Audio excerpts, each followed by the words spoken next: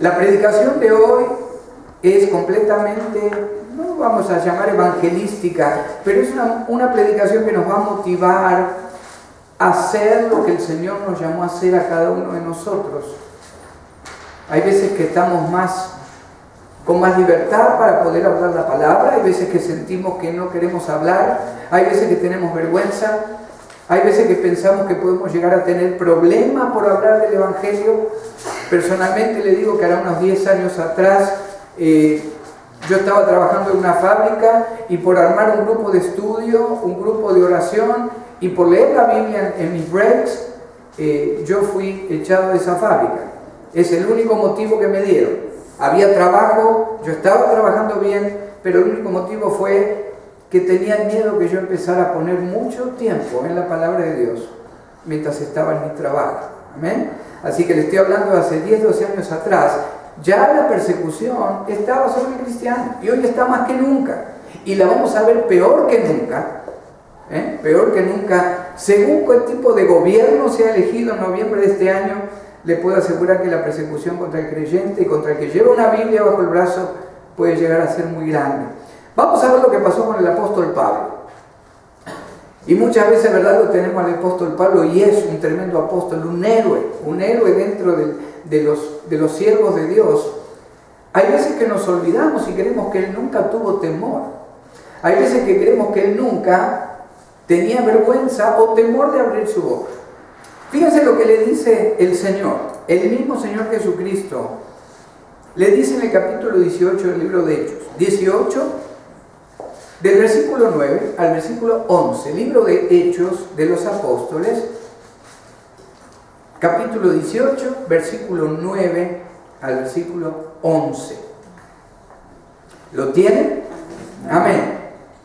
Dice la palabra de Dios: entonces el Señor dijo a Pablo en visión de noche: no temas, sino habla y no calles. 3 verbos muy directos y después vamos a ver de qué se trata. No hay mucha explicación.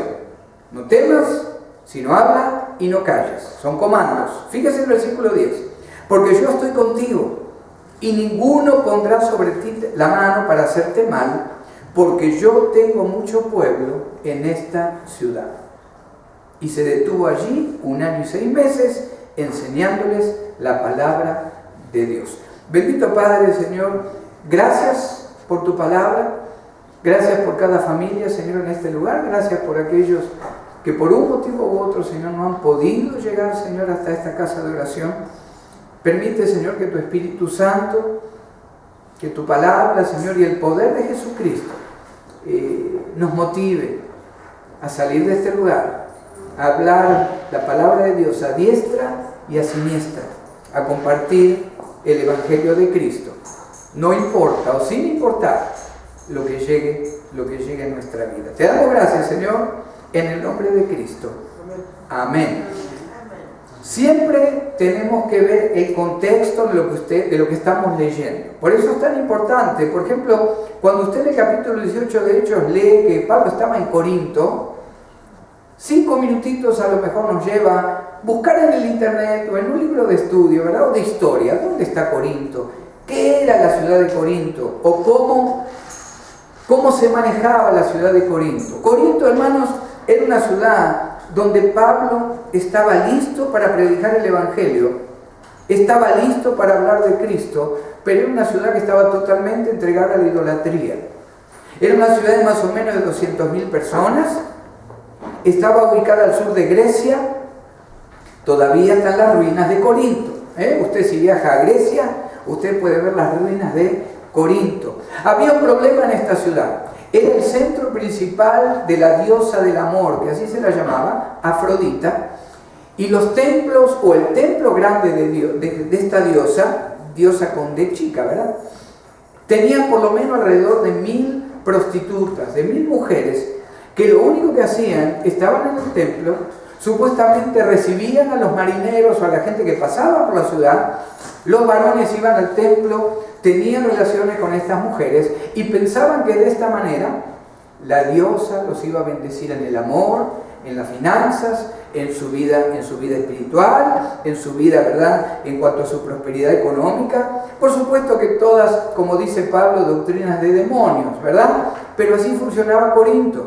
Había también alrededor de la ciudad diferentes como casitas, ¿verdad?, hechas de piedra, donde había hombres que se prostituían para aquellas mujeres u otros hombres que quisieran venir supuestamente a través de esa unión ilegal, y que esa unión en fornicación que no agrada a Dios. De esa manera pensaban que agradaban a esta diosa, que era también considerada la diosa de la fertilidad. En ese contexto se mueve Pablo.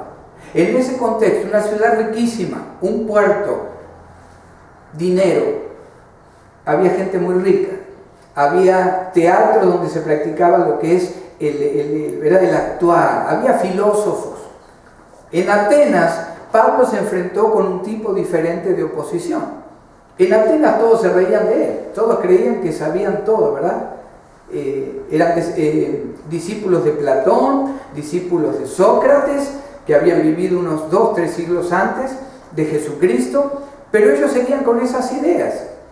Y en Atenas, un capítulo antes, Pablo se encuentra que se ríen de él. A ver, venía a contarnos un poco quién es este Dios que tú predicas, quién es este Jesús.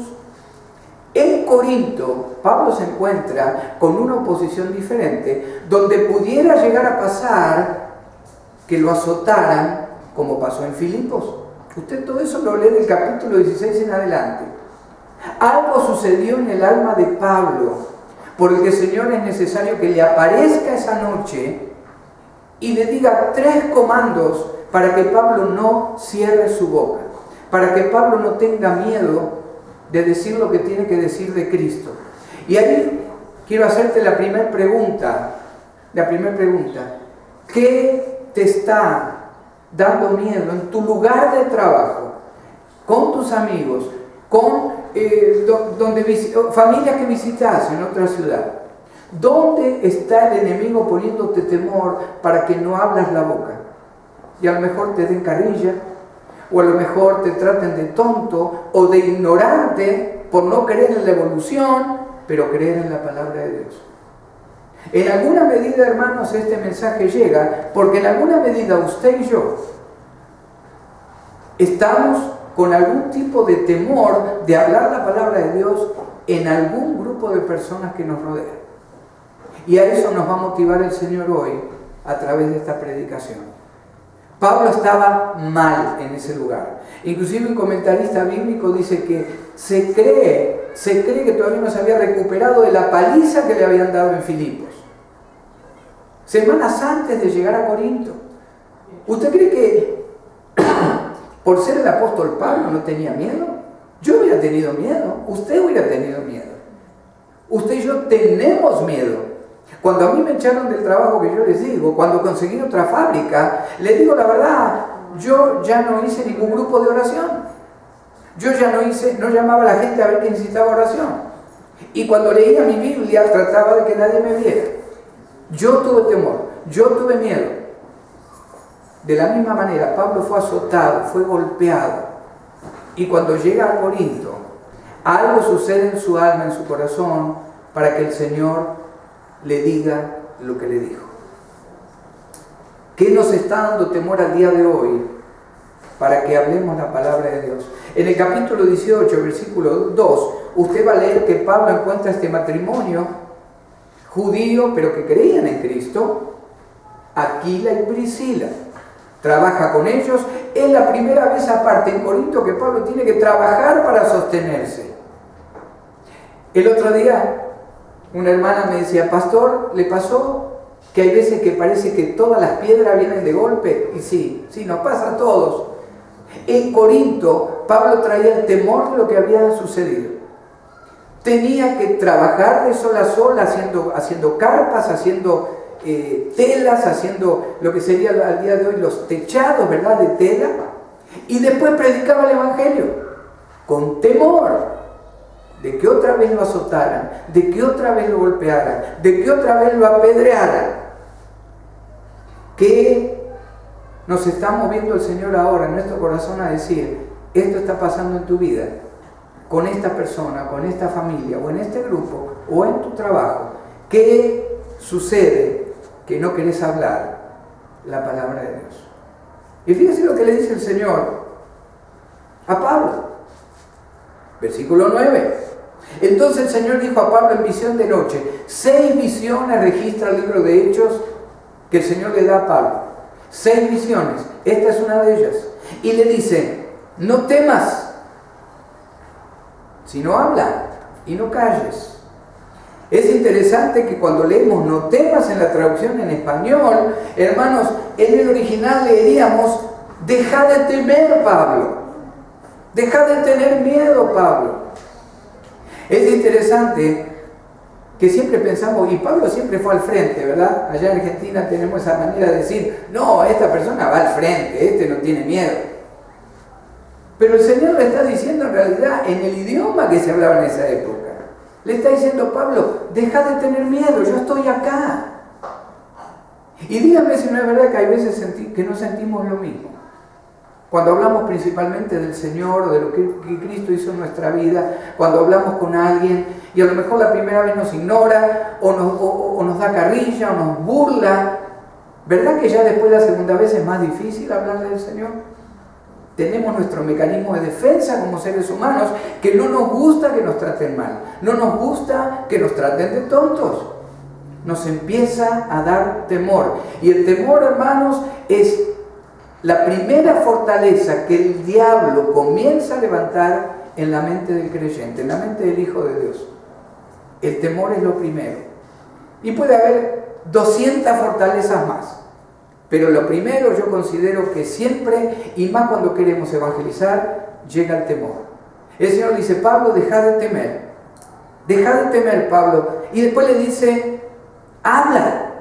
Le está diciendo el Señor, te comando que sigas hablando, Pablo, aunque tengas miedo.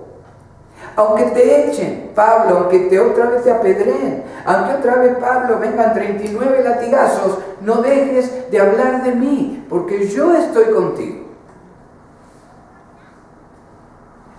¿A dónde nos está motivando el Señor hoy?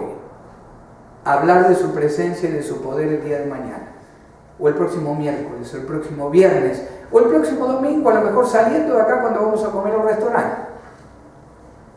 El Señor nos dice, hermanos, al día de hoy, y muchas veces se predica una predicación como esta, porque, ¿verdad, hermanos? La visión es que seamos más. Le digo la verdad, el hablar de Cristo, aunque estemos en Wisconsin o vayamos un día de paseo a Tijuana, tenemos que hablarlo. Nadie que reciba a Cristo en Tijuana nos va a visitar y va a venir a esta iglesia. Mucha gente de nuestros hermanos viajan a San José, otros viajan a San Francisco, algunos van a San Diego. No va a venir esa persona que a lo mejor nos encontramos en la calle, pero hermanos, el tiempo se acorta para hablar de Cristo. No temamos o dejemos de temer lo que pueden pensar. Muchas veces dentro de la familia. Nosotros con mi esposa estamos organizando una reunión familiar a fin de julio con todos nuestros hijos, son 6, y los 9 nietos. Nunca lo pudimos hacer, si Dios quiere este año se va a hacer. Y claro, empezaron los proyectos. 2 de nuestros yernos todavía no tienen a Cristo. Bueno, uno no tiene a Cristo. Los otros lo tienen, pero a veces lo olvidan, ¿verdad? Lo tienen y lo olvidan. Y estamos pidiéndole al Señor que nos dé sabiduría para que esa reunión familiar, como siervos del Señor, y aparte como cristianos, tenga un enfoque cristiano. Y estamos programando, ¿verdad? Tal noche podemos mostrar tal video, podemos hacer una alabanza juntos, pero le digo la verdad, surgían temas donde, vamos a hacer a lo mejor esto en lugar de esto, por si uno de los yernos, ¿verdad?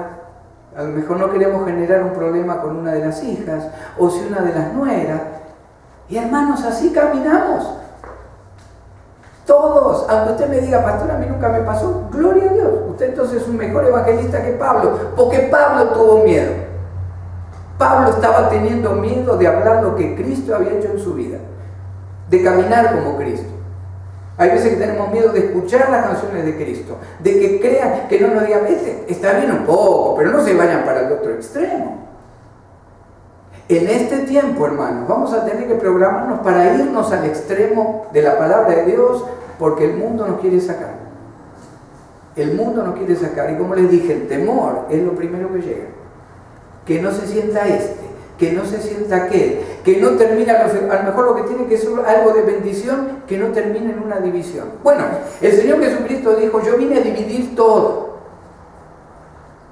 Así que finalmente dijimos con mi esposa, que le guste, a quien le guste o no le guste, vamos a pasar unos días en la presencia de Dios, disfrutando la libertad que tenemos en Cristo, no viviendo unos 5 días o 4 días religiosos. Vamos a disfrutar lo que Cristo nos dio, pero vamos a tratar de que se entienda que nosotros hemos decidido seguir a Cristo. ¿Quién te está poniendo el Señor en tu corazón? De que mañana o el martes o el mes que viene vas a tener que hablarle, le duela o no le duela. Le está diciendo el Señor a Pablo, deja de tener miedo, seguí hablando, te lo comando. Y donde dice, hermanos, no calles, ¿sabe lo que le está diciendo el Señor en el original? En el griego koiné, como se llamaba. Pablo, no te vuelvas callado. Me encantó cuando entendí o cuando leí en este libro de estudio lo que le está diciendo el Señor a Pablo. Pablo, ¿vos le hablas a todo el mundo? Nadie te conoce por ser callado, Pablo. Usted sabe que hay personalidad extrovertido, aquel que habla, que comparte, que abraza, que yo ayudo, yo vengo, y está la persona introvertida, ¿verdad que? Si no me dicen, no hablo. Si no me preguntan, no levanto la mano. Si no me dicen, no muevo la silla, porque a ver si... No es que alguien es mejor o peor que nadie, son 2 tipos de personalidad. Pablo era extrovertido. Un día baja al río, habla con Lidia, ¿verdad? Y la familia llega a Cristo y se hospedan ahí y empieza una tremenda iglesia en Corinto, en Tesalónica. Pablo era extrovertido, hablaba con todo el mundo. ¿Por qué se estaba callando en Corinto? Le digo porque hay veces que nos resulta más cómodo hablar con alguien, ya sea a lo mejor porque es del mismo país, o porque hablamos igual, o porque no me va a juzgar o no me va a tratar mal. Pero el Señor le está diciendo, Pablo, vos no sos callado, pero por temor te estás volviendo callado. Y no quiero que eso pase, porque yo soy el que estoy contigo. La mujer del capítulo 4 de Juan, la mujer que el Señor le pide agua, ella le da agua, termina dándole no solo el agua a ella natural, sino que le da el agua viva, le dice lo que ha vivido, le dice la verdad, todo lo que está pasando en su vida, la mujer samaritana. ¿Qué hace esta mujer? Que era callada, que iba al mediodía a buscar el agua para que nadie la viera, porque estaba viviendo en adulterio, en fornicación, en todo junto, y había vivido toda su vida mal. Pero cuando encuentra a Cristo, va al pueblo y empieza a gritar. Cuando dice que comparte con todos, la palabra está diciendo, empezó a gritar a viva voz, vengan a conocer a este profeta, porque este es el Mesías. Este me dijo todo lo que yo he hecho. Este es el que nos puede salvar. La mujer no se cayó, no tuvo miedo. Era introvertida. Si no le hablaban, no hablaba, porque sabía que estaba en un pecado profundo. Pero cuando conoce a Cristo empieza a gritar, empieza a hablar. Ahora vengan a conocer al Hijo de Dios. En Corinto pasa al revés. De alguna manera el Señor tiene que llegar a la vida de Pablo, al alma de Pablo en un sueño, en una visión, y decirle, Pablo, no te calles. Te estás callando, Pablo, cuando tú no eres de callarte, estás teniendo miedo de tener algún problema por compartir al Hijo de Dios. Pablo sabía lo que puede provocar la religiosidad. Había sido atacado en Damasco, en Jerusalén, en Berea. Pablo era alguien que nadie quería ver, que fuera judío. No lo querían ver y si podían lo mataban. por ahora haber creído en Cristo como Hijo de Dios. La palabra de aliento, hermanos del Señor, llegó en el momento justo para Pablo, como va a llegar el momento justo a nosotros. Cuando hay temor y cuando hay duda, a lo mejor no nos va a hablar como Pablo, el Señor, en un sueño, pero nos va a mostrar de que si el Señor nos pone en nuestro corazón, hermanos, decirle a alguien que yo tengo a Cristo, que algo cambió en mi vida. Yo no sé lo que pasó, pero te quiero contar algo. Desde que recibí a Cristo como mi Señor, desde que lo confesé, yo estoy diferente. Algo sucedió. Yo no sé, no me pida que te explique qué pasó en el alma, en el espíritu. Te puedo decir que soy salvo, nada más. Que la palabra dice que tengo perdón de pecados. Pero cambia mi manera de hablar, cambió mi manera de pensar. No tengamos temor de decir eso, hermanos. Como el Señor le dice a Pablo. Pablo llegó justo para decirte que no dejes que el temor y la duda cierren tu boca para hablar de Jesucristo. Pablo pasó todo lo que todo líder y todo creyente pasa, hermanos. Usted y yo nos tenemos que ver reflejados en Pablo. Usted y yo nos tenemos que ver reflejados cuando a veces... A veces decimos, bueno, no, yo a lo mejor lo comparto cuando voy a la quinceañera, cuando me invitan a tal reunión, a tal fiesta, ahí no hablo. ¿Y por qué hay veces que no hablamos ni con nuestros propios hijos de lo que Cristo ha hecho en nuestra vida? Usted sabe lo que estoy hablando. Hay veces que no queremos generar problema. Los que tienen niños chicos, todavía gloria a Dios, ¿verdad? Pero los años pasan. Y usted y yo sabemos que hay momentos, que usted, como decía antes, ¿verdad? Con esta reunión que estamos programando, está a la mesa, surge un tema que usted dice, ¿qué está diciendo este muchacho o esta muchacha? ¿Qué están diciendo? ¿Qué hacemos? ¿Nos callamos? ¿O le decimos, con todo el amor que te tengo, quiero decirte que estás equivocado? Quiero decirte que estás equivocada. Tú conoces la palabra, tú conoces el Evangelio. ¿Dónde aparece eso que estás diciendo? ¿Tenemos el valor para hacerlo? El Señor nos motiva hoy.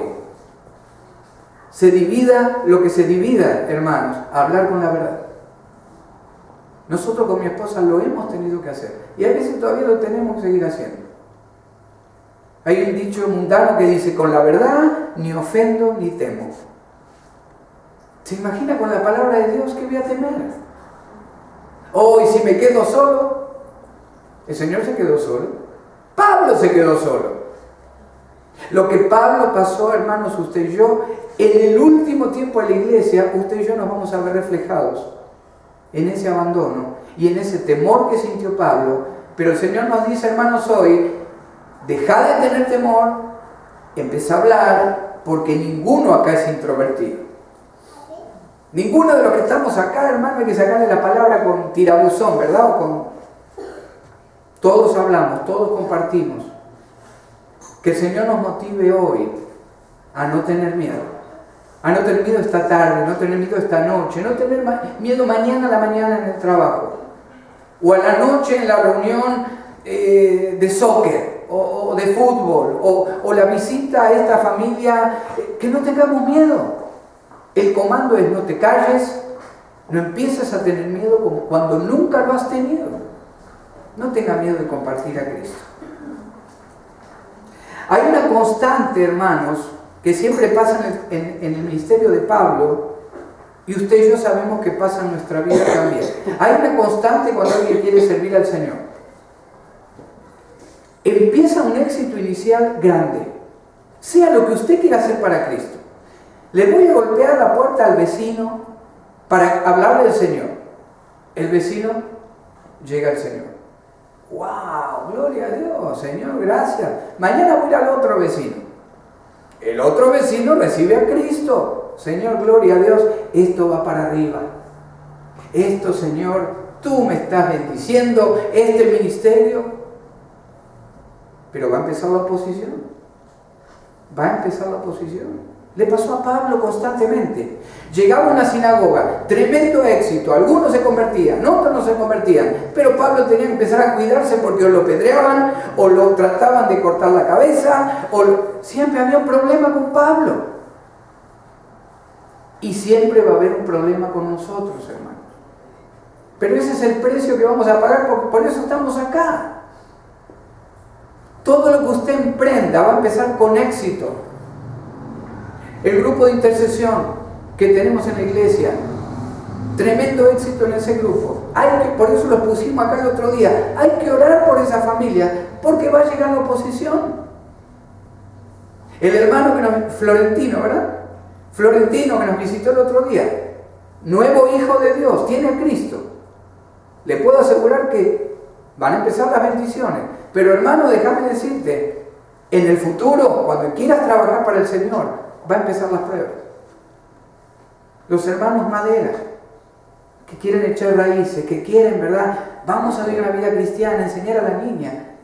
Todo va lindo al principio. Por eso hay que cubrirse en la oración, en el ayuno, en la intercesión. Es lo que le pasó a Pablo, es lo que le pasó a los apóstoles, es lo que le pasó a Timoteo y es lo que te va a pasar a vos y me va a pasar a mí. Todo empieza muy bien y el Señor deja ir, pero después permite las pruebas para que nos hagamos fuertes. Y si nos descuidamos, el Señor puede permitir hasta que el ministerio se frene o aún termine. Yo no sé, Pablo tenía miedo. En este momento en Corinto Pablo tuvo miedo y el Señor lo sabía. Le dice: no temas, seguí hablando, deja de callarte, Pablo, porque no sos un varón callado, necesito que sigas hablando. ¿Quiénes están aquí decididos a hablar de Cristo, venga lo que venga? Yo le pido que levanten la mano, por favor. Amén. Amén. Y yo sé que es verdad. Usted sabe que es verdad. Usted sabe que se va a mantener firme en Cristo. Pero le aviso, el éxito inicial, manténgalo con oración. Y esperando algún tipo de prueba, porque va a llegar. Pero la clave es decir: Señor, llegó la prueba. Me voy, por ejemplo, al capítulo 18 de Hechos. Señor, como tú le dijiste a Pablo, no voy a temer, no me voy a callar y voy a seguir hablando de tu evangelio. Fíjese el versículo 10. ¿Por qué el Señor aparece a Pablo? Pablo, no temas, no habla, no calles, porque yo estoy contigo. Se cumple, hermanos, o se afianza lo que dice el Señor allá en Mateo 28:20. Yo se lo voy a leer. Si lo quiere lo busca, si no, no lo busca. Fíjense lo que dice Mateo 28:20. Uno de los últimos versículos que registra Mateo en su evangelio. O el último, mejor dicho. El Señor le dice: enseñándoles que guarden todas las cosas que os he mandado. Y aquí yo estoy con vosotros todos los días hasta el fin del mundo. Amén. ¿Sabe lo que significa la palabra amén? Así sea, y así sea, y así sea. Eso significa amén. El Señor nos está diciendo, hermanos, no tengas miedo, no tengas miedo. Y si se pierde algo por predicar el Evangelio, va a venir otra cosa. Y si alguien te quita la amistad por predicar el Evangelio, va a venir otro amigo, va a venir otro hermano, otra hermana en la fe, que va a cubrir y aún te va a dar más bendición de esa persona que por a lo mejor hablarle de Cristo nos está abandonando. Yo perdí amistades por llegar a Cristo. Yo perdí amistades, y seguramente a lo mejor usted también, o a lo mejor conocidos, que lo conocían de una manera y cuando usted ahora le dice: yo quiero cambiar, Cristo me cambió, yo ahora quiero leer la Biblia, yo quiero ahora reunirme en una hermandad cristiana, le van a decir: ¿estás loco? ¿Estás loca? No. Hay gente que ha perdido familia por el Evangelio. ¿Cuántas veces cuando venimos de una religión, hermanas o hermanos que nos han dicho: pastor, oren por mí, porque mi madre, mi padre, mi tío, quien sea, en México, lo que sea, me han dicho: ya no te consideramos más de esta familia, por ser un hereje y haberte ido con los cristianos? ¡Qué lástima! Si supieran que los cristianos somos los que tenemos la verdadera palabra de Dios. Si supieran que los cristianos les pudiéramos decir a ellos cómo hacer una confesión de fe, que si la hacen de corazón van a tener una eternidad con Cristo. ¡Qué lástima! El Señor dice: yo estoy contigo, Pablo. No te vuelvas callado cuando no lo eres. Yo estoy contigo todo el tiempo. Yo estoy contigo y ninguno pondrá sobre ti la mano para hacerte mal, porque yo tengo mucho pueblo en esta ciudad. ¿Por qué Pablo tenía tanto miedo? Es posible que Pablo o que los judíos hubieran acordado matarle ya. Y el Señor, en su omnisciencia, Él conoce todo, el después antes que el antes, la eternidad pasada antes que la eternidad futura, o al revés, como usted lo quiera entender. Él creó todo, Él conoce todo lo que usted y yo vamos a pensar, lo que vamos a decir. Él es el creador. Omnisciencia significa todo conocimiento. Usted y yo no decimos algo y él dice, ok, ahora vamos a ver qué hago con lo que está diciendo o lo que está pensando. Él le conoció a usted y a mí antes de crear el universo. Usted sabe que la palabra dice que nos conoció antes del vientre de nuestra madre. Le dice a Jeremías, al profeta, antes que te formas en el vientre de tu madre ya te conocí. Ya estaba en la mente de Cristo, el Creador. El profeta Jeremías, como usted y yo, ya estábamos en la mente de Cristo antes que fuera formado en el vientre de su madre. Es posible que ya hubieran acordado matarle en Corinto y el Señor le dice, Pablo, quédate tranquilo porque yo manejo todo y yo sé lo que te iban a hacer, pero yo voy a cambiar todo para protegerte. Yo voy a cambiar el corazón de estos que quieren matarte. Yo voy a cambiar, hasta les voy a hacer perder, si el Señor quiere, hasta hizo perder el arma con que querían matar a Pablo. Eso es lo que se llama la providencia de Dios. La providencia de Dios, hermanos, es lo que a usted y a mí nos rodea a cada instante de nuestra vida. A veces que decimos, Señor, esto que llega a mi vida, ¿por qué llega? No puede ser traído por tu mano. Claro que sí, es su providencia. Porque cuando pase el tiempo, cuando sea probada nuestra fe, aunque llegue una tragedia en nuestra vida, el Señor nos va a demostrar que todo fue para bien, que todo fue para crecer en la palabra de Dios, que todo fue para agarrar fuerza y decir, ahora sí, le voy a hablar a Obama si le tengo que hablar.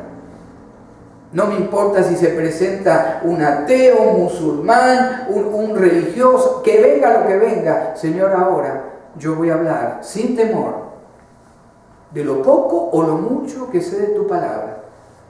Hay personas que llevan a otros a Cristo sin abrir la Biblia, dando solamente su testimonio. Me acuerdo en Argentina cuando empecé en una iglesia cristiana y era tan tremendo cada servicio, antes de que el pastor predicara, una iglesia muy grande, venía alguien a dar un testimonio. No había la Biblia. 2, 3 minutos, 5 minutos simplemente explicaba lo que eran cuando confesaron a Cristo, cómo cambió su vida y lo que eran ahora, queriendo servir a Cristo hasta que el Señor los llevara a su presencia.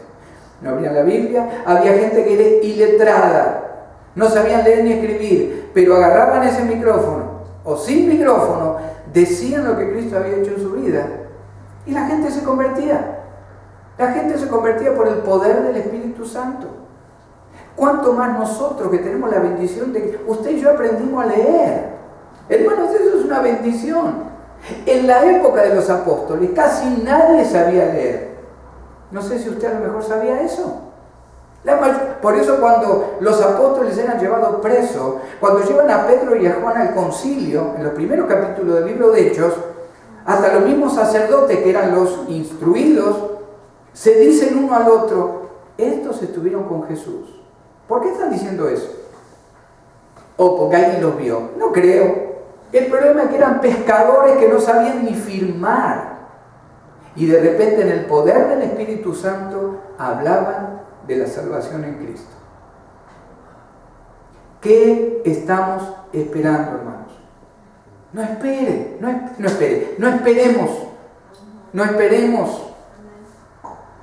El miedo, el temor, la angustia, el mañana, la semana que viene, no esperemos. No te calles, no te hagas callado cuando no eres callado. Y el Señor nos pone, en lugar de Pablo, pone el nombre de cada uno de nosotros ahí, en esa Biblia. Entonces Dios dijo a Pablo en visión de noche: Gustavo, no temas. Rosa, no temas. Isaac, no temas. Gama, no temas. José, no temas. Ahí puede poner el nombre suyo y mío. Deja de temer, empezá a hablar, porque no sos de los callados o de las calladas. Que la boca se abra más que nunca, predicando a Cristo. Que más que nunca, hermanos, compartamos a Cristo. Venga lo que venga. Me den con lo que me den. Porque es el último tiempo.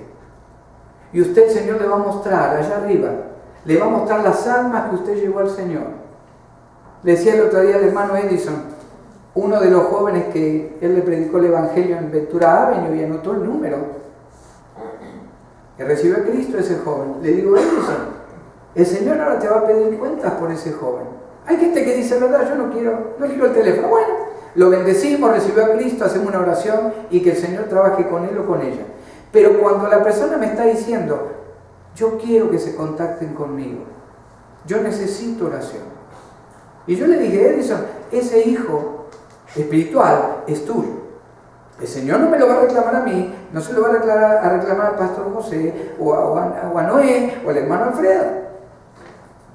Cuando usted lleva a alguien a los pies de Cristo, usted va a ser responsable por esa alma. Ya es salvo, si lo hizo de corazón, pero lo llamo, oro por él, oro por ella, le invito a la iglesia, va para la casa a leer un poquito la Biblia. Queremos que sienta la bendición que usted y yo sentimos ahora, desde que tenemos a Cristo como Señor y como Salvador. Se cumple la promesa de Mateo 28:20. El Señor muestra su omnisciencia diciéndole a Pablo: Pablo, yo estoy contigo, ninguno pondrá sobre ti la mano para hacerte mal. ¿Qué quiso decir el Señor cuando le dice: yo tengo mucho pueblo en esta ciudad? ¿Qué quiere decir?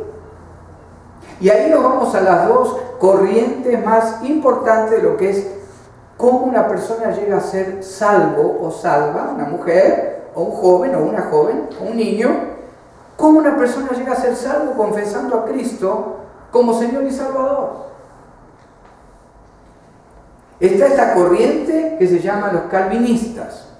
Calvino fue uno de los reformadores allá por el siglo XV, junto con Lutero. Está Lutero, Calvino, Zwinglio, ¿verdad? Son todos hombres europeos que eran, la mayoría de ellos, sacerdotes católicos, pero estudiando la palabra, reconocen de que la iglesia de Roma no estaba haciendo las cosas como tenía que hacerlas, no estaba interpretando la verdadera palabra como era.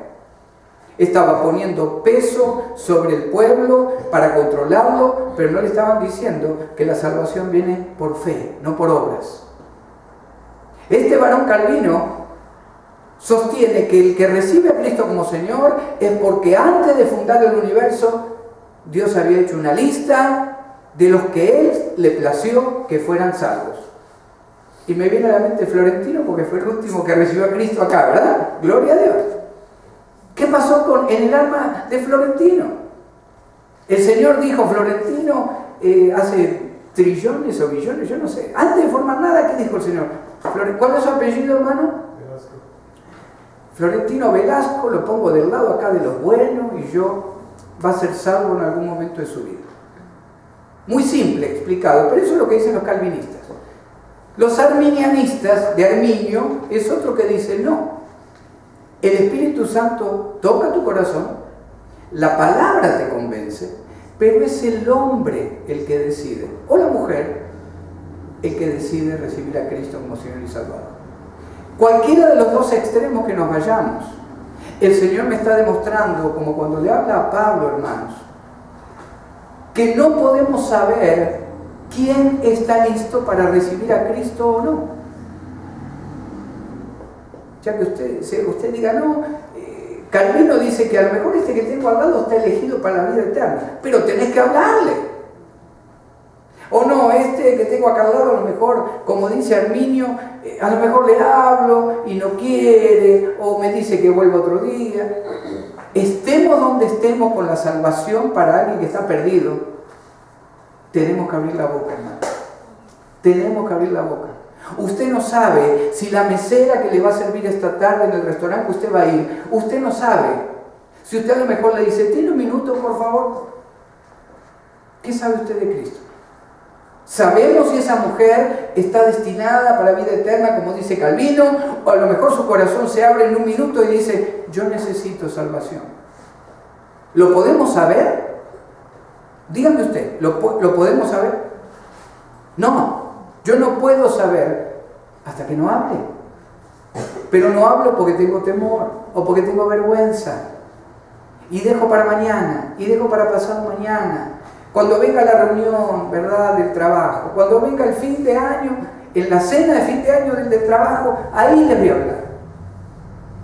El Señor llega en el momento específico a Pablo y dice, Pablo, no temas, no te hagas callado, porque tú hablas de mí siempre, no tengas miedo ahora, Pablo, queda poco tiempo, hablar del Hijo de Dios. ¿Qué significan las palabras? Que el Señor tenía mucho pueblo en esta ciudad. Yo lo tomo de esta manera. El Señor le dijo, Pablo, no descanses y trata de hablarle a todos de la salvación en mí, en mi nombre. Ni Pablo pudiera saber quién era salvo o quién iba a ser salvo y quién no. Pablo no podía salir a una calle en Corinto y decir, aquel va a ser salvo. No, el Señor le está diciendo, trata con todos, tira las redes donde estés. Probá diferentes carnadas, Pablo, como lo has hecho hasta ahora. Sos un pescador de hombres, Pablo. Como fue Pedro, como fue Juan, como fue Santiago. Pescadores de hombres. El pescador no descansa. Y tira y recoge. Prueba la línea, cambia la carnada. Se rompe la línea, vuelvo a probar otro. Tiro acá, tiro allá. Cambio la profundidad. En realidad, el concepto es lo que el Señor le está diciendo a Pablo. Pablo, yo controlo todo el universo, aún Corinto. Y en Corinto te puedo asegurar, Pablo, que tengo muchos que van a terminar recibiéndome como Señor y Salvador.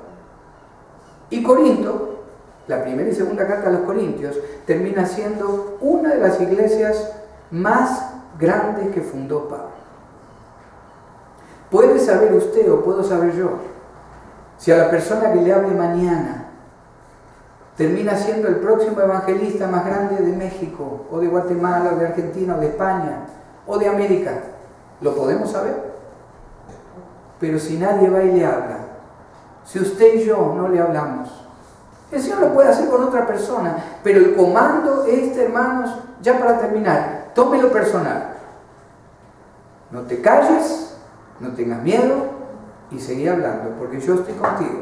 Y donde vayas, si quiere le cambiamos ahí, podemos decir, donde yo vaya, Cristo tiene mucho pueblo en ese lugar. Fíjese el 11, se detuvo allí 1 año y 6 meses enseñándoles la palabra de Dios. ¿Qué comienza en Corinto, hermanos? ¿Por qué el Señor lo motiva a Pablo? Porque en Corinto empieza el cambio que marca la historia, donde el pueblo gentil empieza a tomar control de la iglesia cristiana. En Corinto es donde el pueblo judío ya empieza a decaer, ya casi nadie le creía a Pablo y los gentiles empiezan a tomar control de lo que es al día de hoy la iglesia de Cristo en el mundo. La iglesia de Cristo en el mundo al día de hoy son todos gentiles, por lo menos un 99%. Habrá, y hay muchos judíos mesiánicos, no sé cuántos miles habrá, yo no sé, pero le puedo asegurar que el 99.9% de la iglesia de Cristo al día de hoy la predican, la enseñan y la llevan adelante gentiles. ¿Dónde comienza ese cambio histórico? En Corinto. ¿Qué hubiera pasado si Pablo se hubiera callado? ¿Qué pasará si usted y yo, mañana, esta noche, el año que viene,